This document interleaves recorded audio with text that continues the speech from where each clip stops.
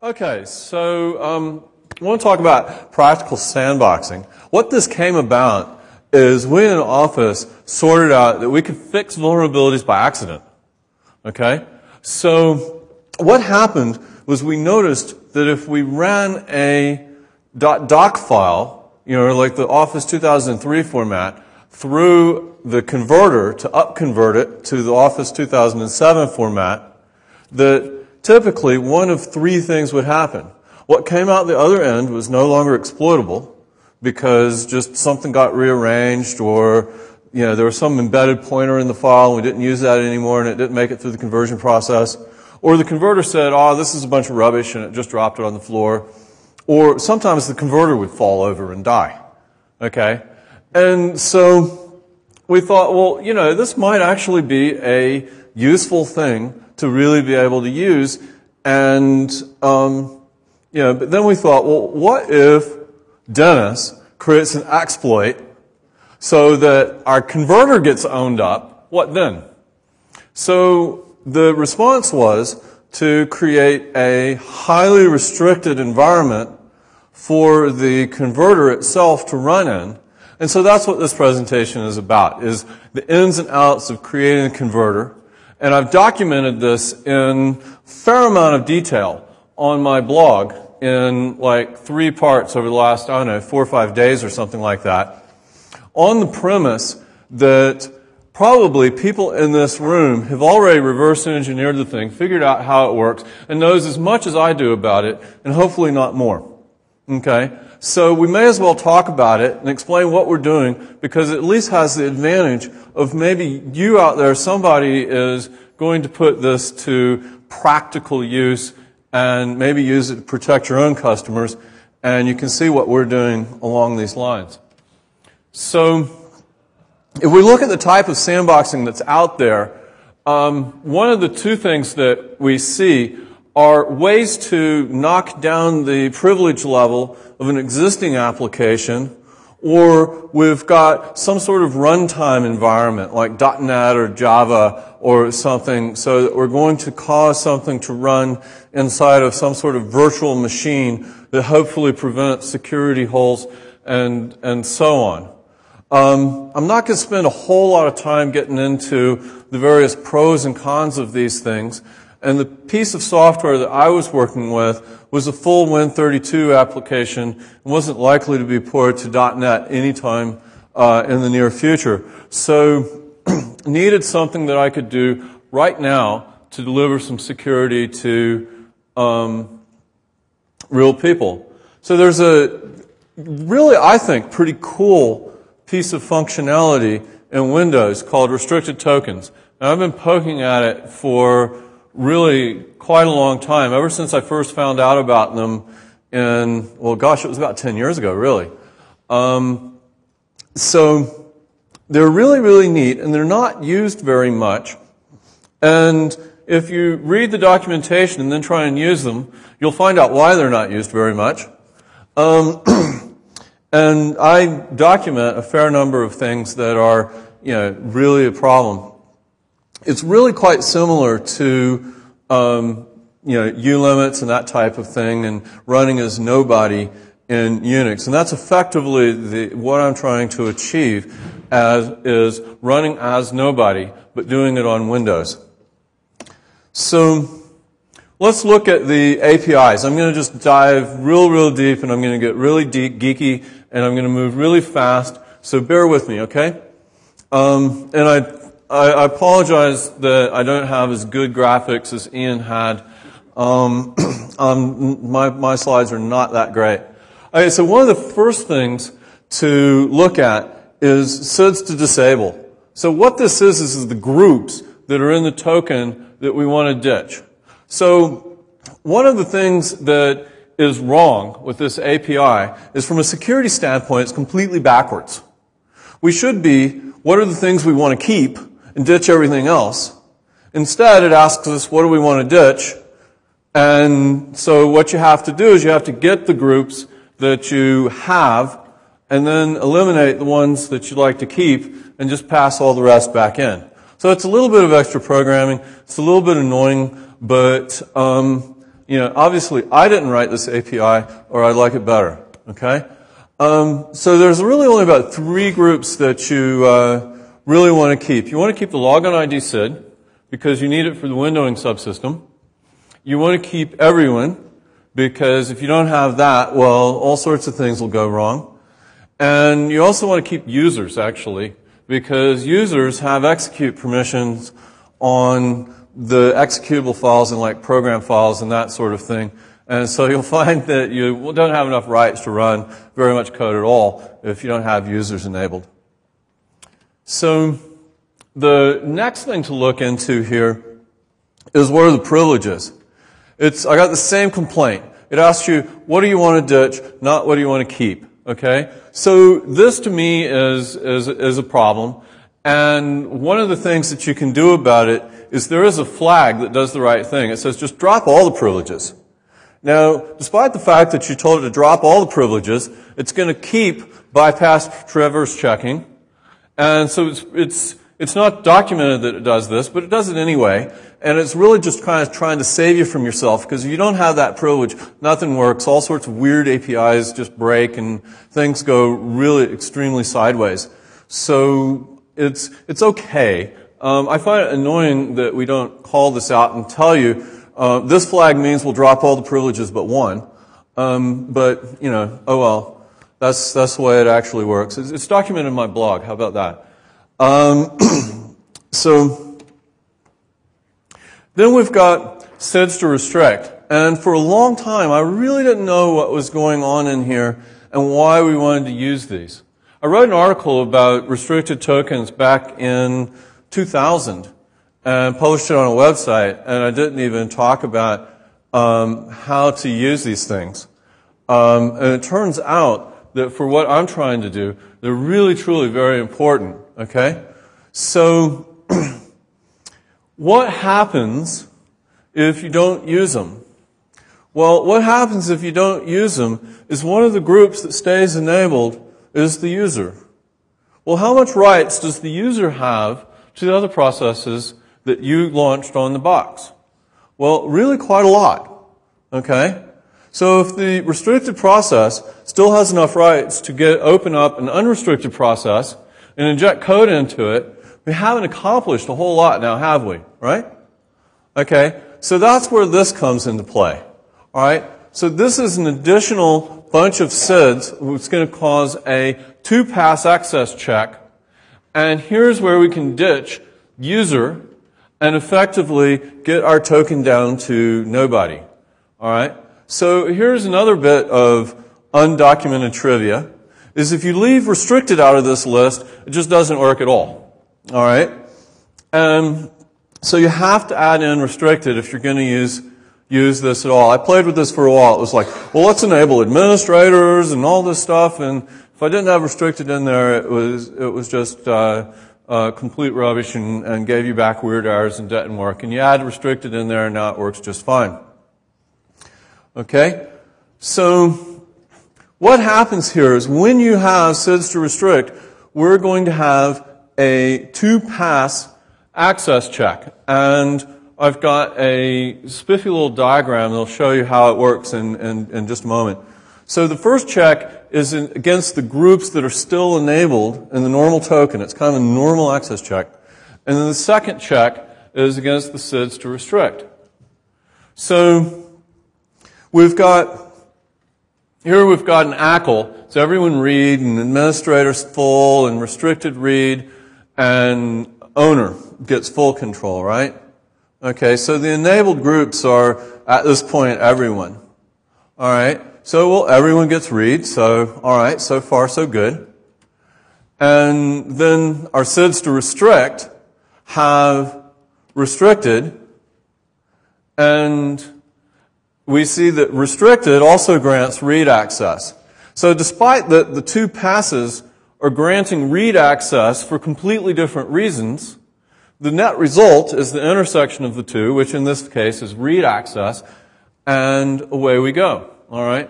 So you could actually have the same group enabled in both cases, and in which case you're fine. So it's a little bit of an interesting tweak on things, but it's how it works. And so that's how we're going to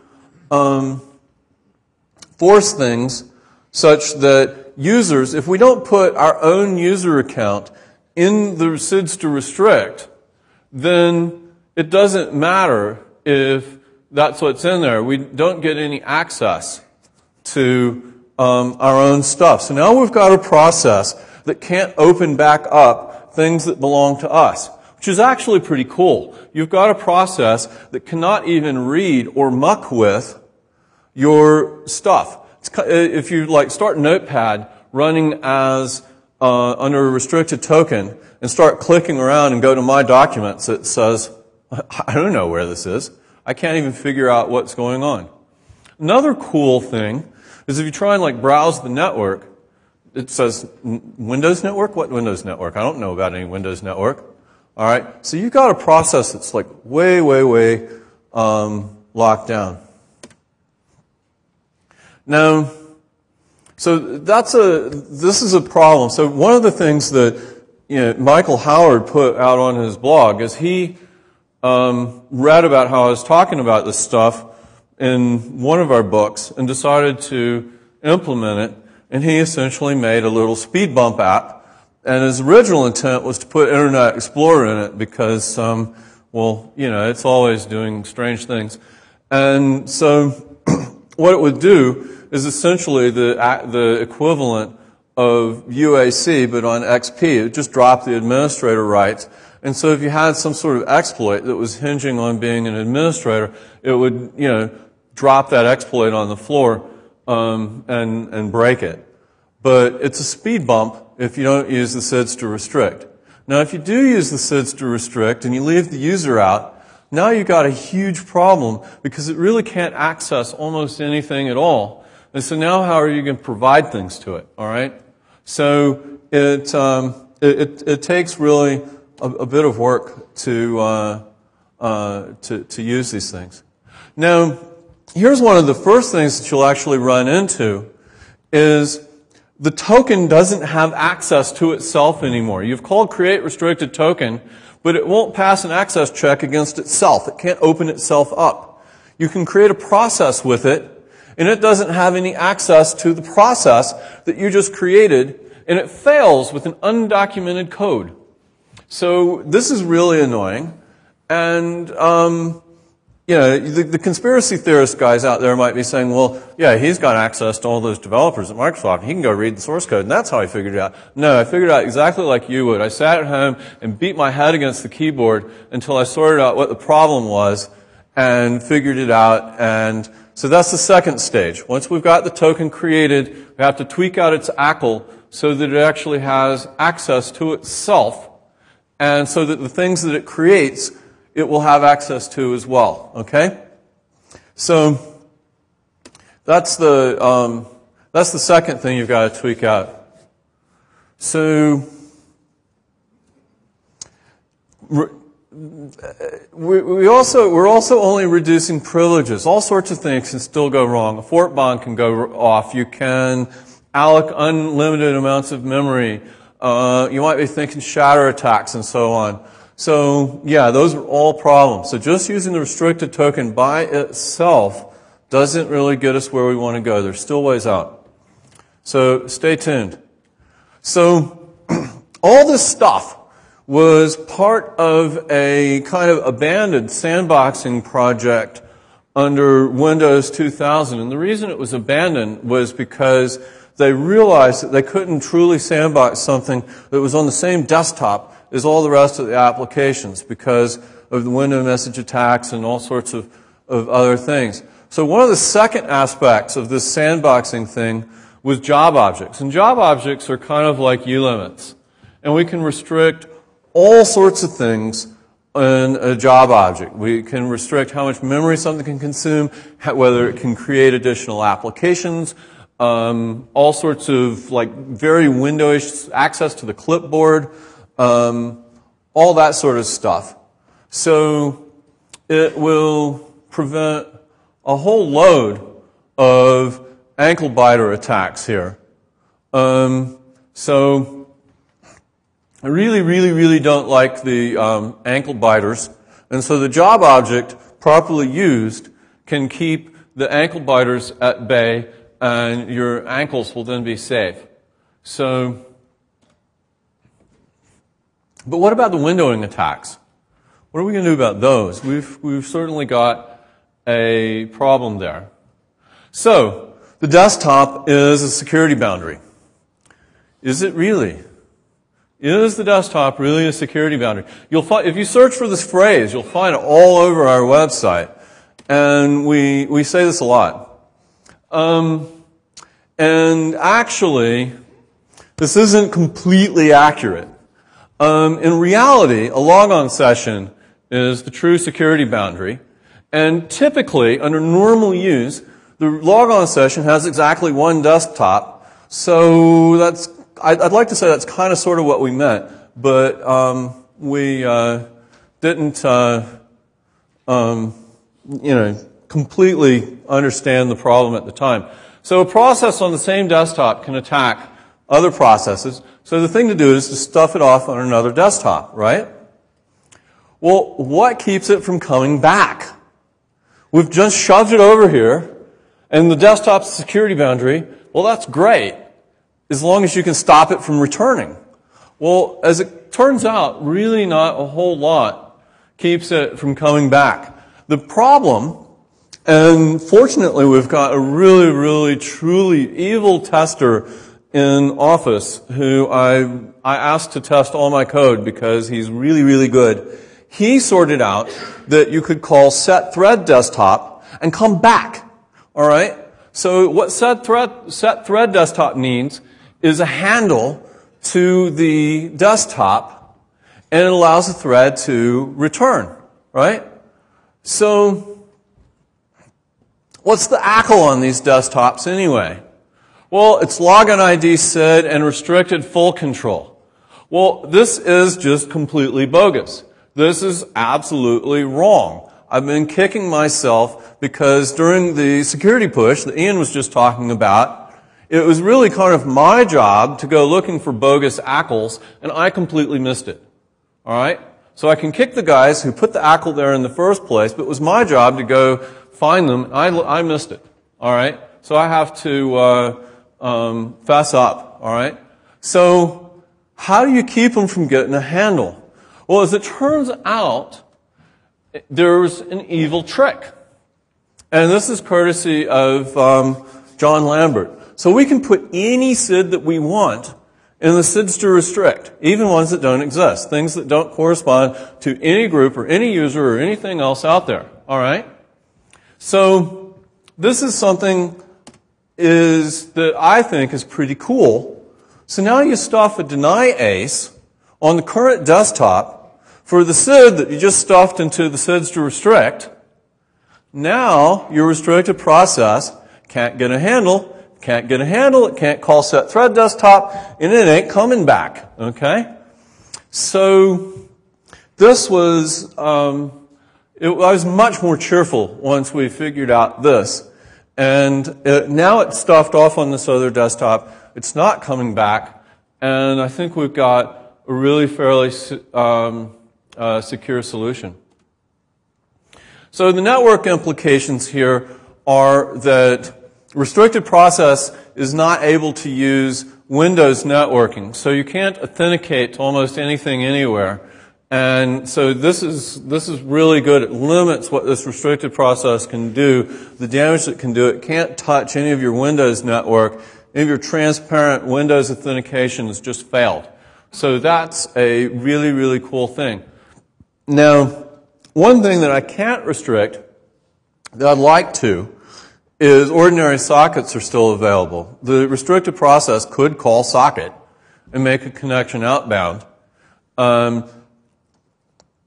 Now on Vista, or depending on what your firewall is, we can actually block that. We can say that, well, this process in the sandbox cannot make any outbound connections. And with the job object, we can restrict the number of processes in the sandbox to 1, so it can't just fork off another process named, I'm not restricted, haha, you sucker, and now it connects to the network. So we can stop that there.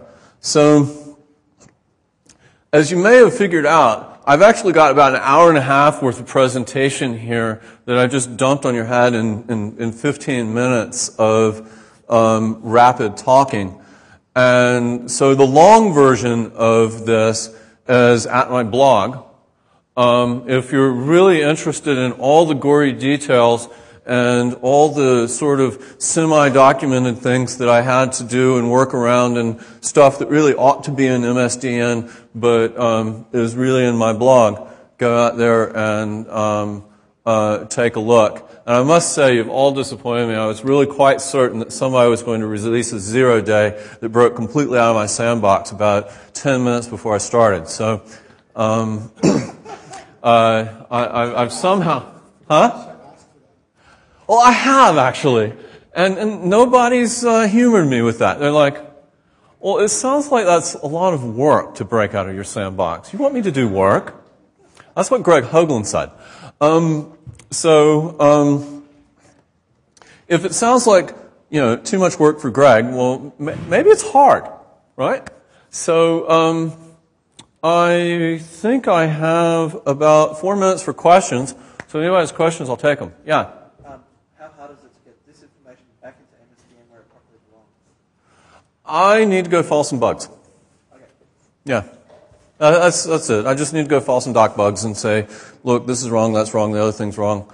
But meanwhile, it's documented on the blog, which is actually on MSDN. So it's on MSDN, it's just not in the right place. Other questions?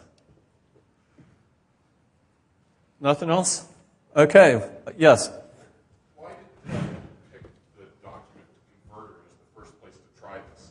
Are there other good places that this should be used? Actually, we didn't pick the document converter. You may notice that we've got this really cool, very fast search capability in Outlook 2007, and that it indexes documents. You might want to look into the process context that the document parser runs in. So it's not the first place we've used it. It's actually the second, and there are some other places that we're looking at using it. It's actually turning into a fairly useful technology, and one of the things that I plan to do in my copious spare time is turn it into a library and publish the library so that it can actually be something that you can use without writing about 300 lines of code.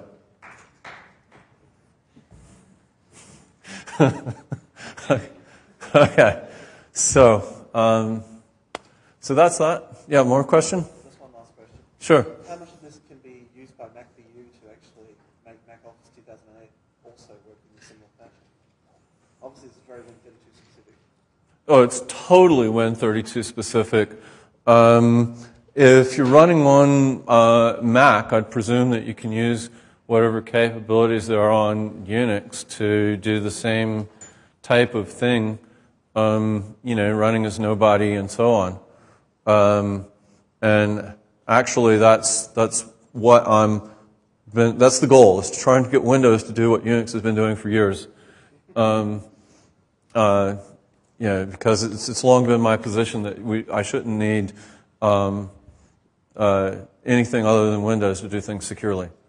But yeah, the Mac people could use the same type of approach, but they've obviously got a completely different underlying operating system to deal with and different capabilities. Okay, thank you.